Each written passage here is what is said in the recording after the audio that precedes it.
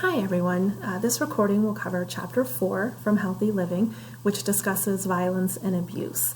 Unfortunately, this is something we're hearing about more and more now, and this is something that you may have experienced personally or maybe know someone who has. So, as fair warning, some of the material in this chapter may be triggering, and if you are having any issues with any of this material, please feel free to reach out to me personally. We're going to talk about the impact of violence and abuse on overall health.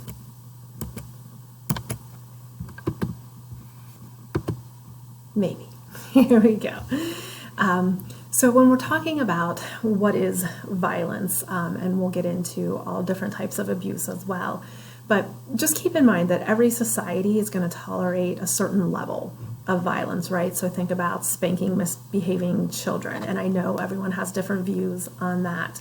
But even things like playing contact sports, right? Like football here in America is a multi-million or billion-dollar industry. So, and that is a relatively violent sport. So violence, the definition, it is the interpersonal use of force that is not socially sanctioned.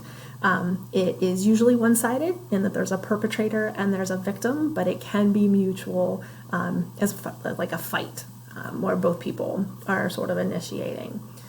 No gender or life stage is exempt, so we can see violence and abuse happen anywhere from children up to the elder population. Hate crimes is violence that is targeted against certain groups of people. So things like the LGBTQ community, different ethnic groups, different religious groups. And we're hearing, again, a lot about these today on the media as well. Couple of definitions. Assault is the intentional use of force to injure another person physically. So things like shoving, kicking, hitting, slapping, punching, any of those would be considered assault.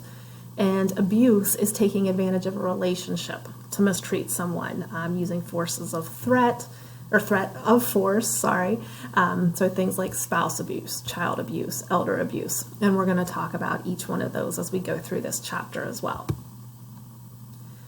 So I think it's fairly obvious how violence can affect health. There are the sometimes obvious physical injuries, sometimes not so obvious. These can range from minor cuts and bruises all the way up to lost teeth, broken bones, firearm, gunshot wounds, knife injuries, stab wounds. So some pretty serious physical injuries that can potentially leave someone with permanent damage or could even potentially result in death. Their rape victims should seek immediate treatment to reduce any risk of sexually transmitted disease, unwanted pregnancies, or potential transmitted infections as well. Then there's also the psychological damage that happens because of violence and abuse. So there is increased incidences of anxiety and depression in people who have experienced violence or abuse. Strained family relationships. Someone who has experienced violence and or abuse does have an increased risk of abusing drugs or alcohol, developing eating disorders, and having suicidal thoughts. So there is usually a psychological toll as well, as you can imagine. So what causes violent behavior?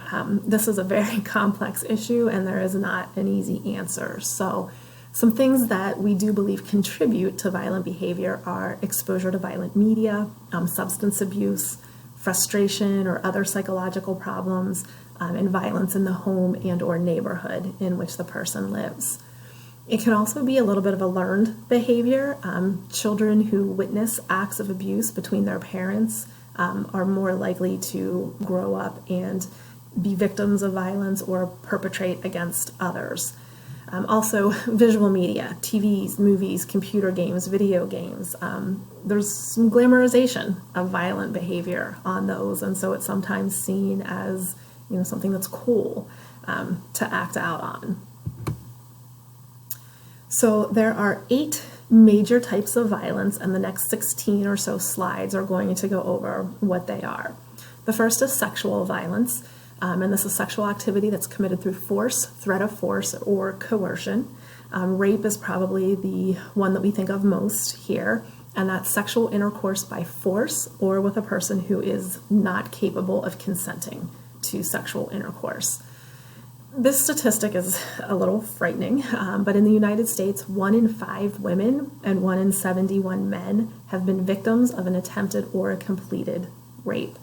Most female victims are raped by someone that they know. Most male victims are raped by strangers or acquaintances. Marital rape is the use of or threat of violence against a spouse to force sexual activity, so it's typically unwanted sexual activity. Acquaintance rape is forced sexual activity that occurs between unmarried adults but who know each other.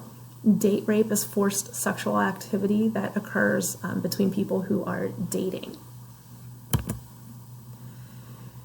It is a fact that sexual crimes are underreported. Some of the reasons for this are just shame, embarrassment, maybe feeling partially to blame that victims don't come forward and report the crimes that have been committed. They may also fear further victimization, so that they are afraid this might happen again. They're threatened, or negative reactions from others. Maybe people won't believe me.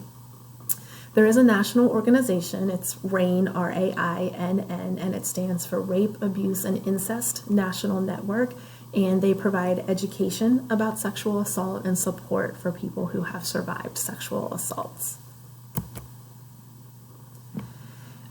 When reporting a sexual assault, it is good or better to do it as soon as possible. That way, all the evidence can be preserved, you can get proper medical attention, and the police will be notified in hopes of prosecuting the perpetrator. Rape crisis centers can help with this whole process. On page 103 in your book, there is a whole little section on safety and prevention tips to avoid sexual assaults. Family violence is another one of the types of violence. It's a pattern of behavior characterized by physical assaults, psychological abuse, or threats between family members, intimate partners, or even unrelated people who live together. So it's typically happening within the home. So this can include a spouse, child abuse, elder abuse. Intimate partner violence or domestic violence is how we often hear of this. This is actual or threatened physical or sexual violence, as well as usual emotional abuse by a current or former intimate partner. And again, the acts can range from slapping, shoving, punching, beating, even murder. Again, verbal and emotional abuse usually accompany the physical violence.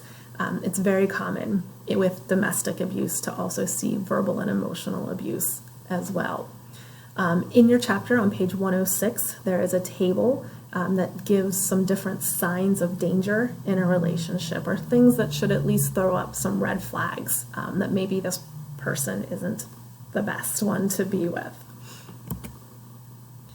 Some contributing factors to domestic violence are things like having a low income, being unemployed or in a low status occupation, again, witnessing that violence between parents as a child, using alcohol or other drugs, and having low self-esteem and being highly dependent on that intimate partner. Sexual harassment is another type of violence, and this is unwelcome or uninvited verbal or physical behavior that's sexual in nature. It can include things like unwanted or unwelcome requests for dates, sexually offensive jokes, lewd comments, touching, fondling. The person should be confronted and told to discontinue the behavior, and if they don't, legal action can be taken. We typically think of this at the workplace as something that would happen there, and there are guidelines established by the EEOC, which is the Equal Employment Opportunity Commission, to, again, most workplaces will have a designated person who is sort of in charge of this if there are any complaints, and certain policies and procedures in place for how to deal with sexual harassment. Stalking is another one of the major types of violence, and this is willful and repeated following and harassing of another person. There is a table in your book on page 108 that lists some stalking behaviors, which are things like repeated phone calls, even hang-up phone calls, showing up at places of work or anywhere that the person is going to be, threats, using technology to track an individual. Most stalkers are lonely men who are emotionally unstable and have been previously rejected by their partners. And victims experience severe emotional distress and are at risk of being physically attacked by their stalker. So you can imagine it's definitely a very stressful thing to be involved in a situation like that. Community violence occurs in public settings like street corners, bars, think about fights. In the youth, it's usually seen as gang violence. And with that, we usually see males age 8 to 24 involved in this violence. Gangs will attract adolescents whose safety, belonging, self-identity needs are met by associating with the gang. So there's usually some issues at home and family life. And gang association significantly increases a member's risk of being murdered. Institutional violence, most institutional violence, when we talk about it, we'll be talking about schools. They involve attack on peers, teachers, school administrators. Efforts are underway to try to identify potential troublemakers in school. What they're looking at here is mainly ways to sort of identify troubled youth and those who may grow into people who may have an attack on a school. So think about all the school shootings that we've heard of in recent years. Youth are prone to become violent, tend to have difficulty controlling anger, they're impulsive, they bully others, and they defy authority figures. So again, just because someone demonstrates those behaviors doesn't mean they're going to, turn to violence or necessarily, but those are some increased risk factors and signs of potential issues down the road. Violence on college campuses. The majority of rapes, robberies, and assaults occur to students living off campus. Most campuses do employ campus security to try to keep campuses as safe as possible. And so a lot of the violence will then happen off campus. Some security measures on campuses can include things like call boxes, escort services, improved lighting, limiting visiting hours in the residence halls. And so if you ever do want to know more information, there's a Student Right to Know and Campus Security Act. All college campuses that receive federal funding, which is probably most of them, do have to report annually their crime statistics. And you can find them for Central Penn if you're interested too. But in general, I think we are a pretty safe campus. Workplace violence are acts of violence directed towards individuals who are performing their jobs. Psychiatric hospitals and prisons are typically the most dangerous workplaces, or where you're most likely to see acts of workplace violence be carried out. Some high-risk occupations include cab drivers, convenience store clerks, police, and security guards. They all have a higher chance of being murdered on the job. And work-related homicides or murders are most likely to occur during armed robberies, so especially in grocery stores, restaurants, bars, and gas stations. People who are at higher risk of becoming violent in workplaces are those who have been laid off, fired, or not promoted, as well as men who are between 25 and 40 years of age. They're loners. They have marital or other family problems. They appear angry and paranoid. They may abuse alcohol and other drugs, and they blame others for their problems. So again, it is oftentimes males that we see commit workplace violent acts. Terrorism, this is something we've all sort of heard or grown up with. It's an intentional violent act against civilians to produce extreme fear, property damage, and numerous deaths. The major purpose is to frighten people, make them feel vulnerable and helpless, and the biggest example that we can think of in recent memory is the September 11th attacks in New York and Washington, D.C., and even here in Pennsylvania. So that's where hijacked airplanes as missiles, until September 11th, that was never heard of. That was never even thought of. But using bombs, poisonous chemicals, life-threatening infectious agents, these are all things that can be used as terrorist acts. People who survive a terrorist act often experience both physical and psychological consequences, such as PTSD or post-traumatic stress disorder, depression. So even if they were not physically injured in the attacks, many people who have survived these attacks do have lasting impact. So how you can assess your risk of violence. All of the things on this list are going to increase a person's risk to be involved in some type of violence or abuse.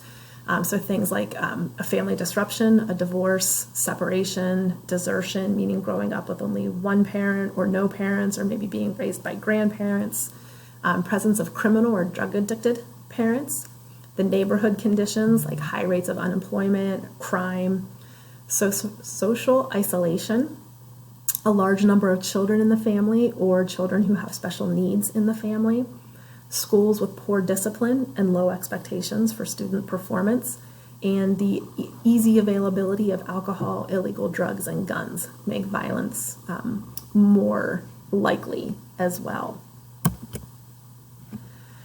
Some other things that play into violence, which is something that we can't really help, but age. Typically, people younger than 25 years are more likely to be involved in some type of violent activity. The ages of 18 through 24, people in that population are 2.3 times more likely to be killed than the general population. Homicide is the leading cause of death for Black males age 15 to 34. Sex, women versus men. Women are more likely to be killed by their spouse. Men are 4 times more likely to die by homicide than a woman. Race and ethnicity. African Americans and Hispanics are 3.5 times more likely to be victims of homicide versus the general population. So again, these are things that are out of our control, but again, being a part of certain populations can increase your risk for violence. Some things that we can do to prevent or avoid violence are improve street lighting, have neighborhood watch organizations, surveillance by closed-circuit cameras. People are less likely to commit a violent act if they know it's going to be filmed. They are then more likely to be caught. Trying to avoid risky situations, and we have risky in parentheses there, or quotes there, because it's hard to define what a risky situation is sometimes.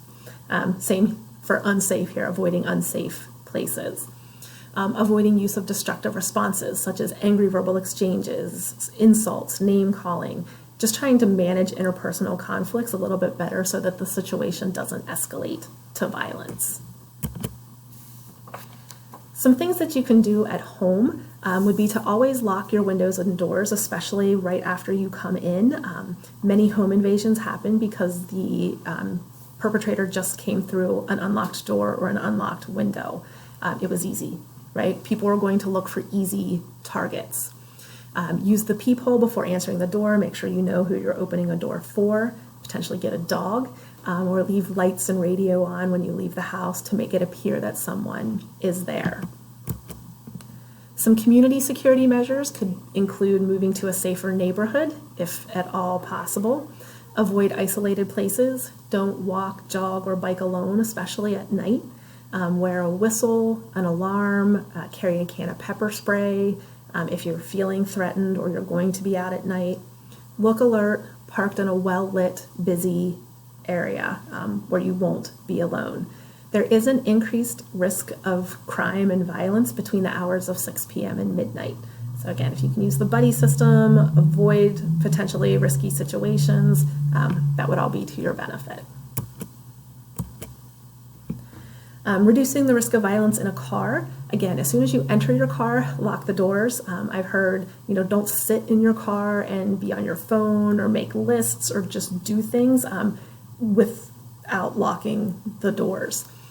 If you're involved in an accident, stay in your car, call the police, keep the doors locked and the windows up until someone arrives. If someone demands that you surrender your car, they're going to carjack you, just give them the car. Right? Get out of the car, move away from the area, let them take them, call the police. And if someone is following you, drive to a police station or to a very well-lit, busy public place. Don't go home. Some workplace safety measures. Learn what your company has in place for security measures. So, for example, locations of the fire alarms, escape routes, what to do in case of emergency. All workplaces will have policies and procedures in place regarding workplace safety. So, know what your workplace has in place. And then self-protection, if you are ever attacked, try to attract as much attention to yourself as possible. Be loud, kick, scream, make noises. The perpetrator is kind of banking on you just being quiet and then being able to slip away with you. So don't let that happen. If you can run. If you feel overwhelmed or frightened, try to get to a safe place. If, again, you can't get away, you may need to fight back. So fight with all that you have to try to save yourself. And then just, again, safety planning. Think about those previous things we talked about ways to try to prevent or avoid violence. If someone is attacked, they need to decide whether or not they're going to report that incident to the police. We should also consider or refer to an agency such as like a rape crisis center if it's an instance of rape, because they can help in dealing with the legal authorities. They can help deal with medical staff if the person feels uncomfortable going to the police. If a person is a victim of crime on a college campus, they can usually get referrals through the Student Health Center. Here at Central Penn, we do have a college counselor on staff. His name is Tom Palmieri, and he's great with getting involved with anything like this as far as education, prevention, or if someone just needs someone to talk to about any type of anything, really. And his email is just his name, which is Tom, T-O-M, Palmieri, P-A-L-M-I-E-R-I, at centralpenn.edu. And as I mentioned in the beginning, there is no age that's exempt from violence, and so this can start as child abuse, which is beating, squeezing, burning, cutting, suffocating, binding, poisoning a child, any act of violence against a child. Most acts of violence against children are committed by their parents or other adults that live in the home. Children younger than 2 are most at risk of dying as a result of physical violence. Abusive parents often have unrealistic expectations for the child's behavior and are under stress and isolated from others that can help. Also with child abuse, we talk about pedophiles versus child molesters. Pedophiles are people who fantasize about children. Molesters are people who actually act out on those fantasies and actually abuse children. Most molesters are heterosexual males who target 8 to 10-year-old girls that they know. So the abuser is usually known and trusted. Incest is sexual abuse by a family member. So this can happen by a family member or by a friend of the family, an adult friend of the family. Preventing child sexual abuse involves teaching children how to recognize and report sexual abuse. And I think a lot of schools now have programs in place to help children recognize the signs and know what to do if they see them. On the other end of the age spectrum is elder abuse. So that's physical, sexual, or psychological abuse that occurs in family settings, hospitals, or nursing homes. The abusers are most likely to be spouses or adult children who care for the victims, or in a nursing home, this would be caretakers as well. We should report situations of elder abuse or neglect to a local adult protective service agency. I know that here in the state of Pennsylvania, any type of healthcare provider does need to complete reported or mandated reporter training, and we need to complete that every 2 years because as a healthcare provider, we are considered to be mandated reporters, that if we have any suspicion of either child abuse or elder abuse, that we need to report it to the proper authorities. All right. If you guys have any questions, please feel free to reach out to me. Thanks.